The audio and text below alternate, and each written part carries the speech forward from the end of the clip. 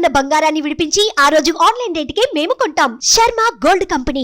10 ఏళ్లుగా వెంటాడుతున్న ఓ హత్య కేసు నుంచి బైరెడ్డి కుటుంబానికి బిగ్ రిలీఫ్ వచ్చింది. బాబాయ్ బైరెడ్డి రాజశేఖర రెడ్డికి, అబ్బాయి బైరెడ్డి సిద్ధార్థ రెడ్డికి విముక్తి కలిగింది. నంద్యాల జిల్లా పగిడ్యాల మండలం పాత ముచ్చుమరికి చెందిన బెస్ట్ సాయి ఈశ్వరుడు హత్య కేసును విజయవాడలోని ప్రజాప్రతినిధుల ప్రత్యేక కోర్టు కొట్టివేస్తూ తీర్పునిచ్చింది.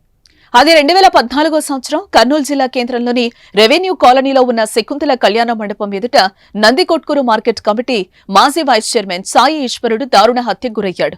ఎన్నికలకు ముందు ఈ హత్య సంచలనంగా మారింది. రాజకీయ కక్షలో భాగంగానే బైరెడ్డి కుటుంబమే ఈశ్వరుణ్ణి హత్య చేసిందని ప్రచారం కూడా జరిగింది. మృతుని ఫిర్యాదు మేరకు బైరెడ్డి సిద్ధార్థ రెడ్డి, బైరెడ్డి శేషసైనారెడ్డి, బైరెడ్డి రాజశేఖర రెడ్డి, ముచ్చుమర్రికి చెందిన కటిక నజీరుద్దీన్ బాషా అలియాస్ బోయబోగిన మద్దిలేటితో పాటు పలువురిపై కర్నూలు 3 టౌన్ పోలీసులు కేసు నమోదు చేశారు. ఈ కేసులో బైరెడ్డి సిద్ధార్థ రెడ్డి, బైరెడ్డి శేషసైనారెడ్డితో పాటుగా మరో ఇద్దరు కర్నూలు కోర్టులో లొంగిపోగా బైరెడ్డి రాజశేఖర రెడ్డి హైకోర్టులో లొంగిపోయారు.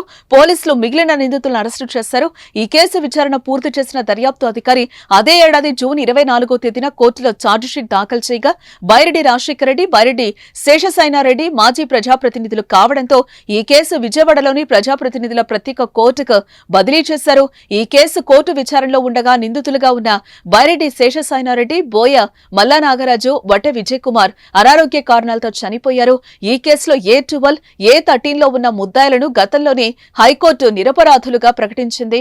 తాజాగా పూర్తి స్థాయిలో వాదనలు విన్న న్యాయస్థానం సాక్ష్యాధారాలు రుజువు కాకపోవడంతో కేసును కొట్టివేస్తూ మిగిలిన 12 మందిని నిర్దోషులుగా ప్రకటిస్తూ తీర్పును వెల్లడించింది. మొత్తం మీద హత్య కేసులో బైరెడ్డి సిద్ధార్థ రెడ్డికి ఊరట తక్కింది. అలాగే బైరెడ్డి రాజశేఖర రెడ్డికి కూడా రిలీఫ్ వచ్చింది. బైరెడ్డి వర్గీయులో తీవ్ర హర్షం వ్యక్తమవుతోంది. వారి అనుచరులు సంబరాల్లో మునిగిపోయారు. న్యాయం చేశారంటూ వారంతా క్రాకర్స్ పేల్చి స్వీట్లు పంచారు. బైరెడ్డి సిద్ధార్థ రెడ్డి ఈ కేసు విచారణలో ఉండడంతో పాటు వైసీపీ ఓటమితో గత కొంతకాలంగా అభిమానులు కూడా కొంత దూరంగానే ఉంటూ వచ్చారు. తాజాగా కేసు నుంచి బయటపడడంతో కర్నూలు ఓ ఫంక్షన్ హాల్లో జరిగిన ఓ శుభకార్యానికి సకుటుంబ సపరివార సమేతంగా హాజరయ్యాడు. చాలా రోజుల తర్వాత బైరెడ్డి సిద్ధార్థ రెడ్డి రావడంతో ఆయన అభిమానులు ఆనందం వ్యక్తం చేశారు. పలువురు ఆయనతో సెల్ఫీలు తీసుకునేందుకు, షేక్ హ్యాండ్లు ఇచ్చేందుకు ఎగబడ్డారు.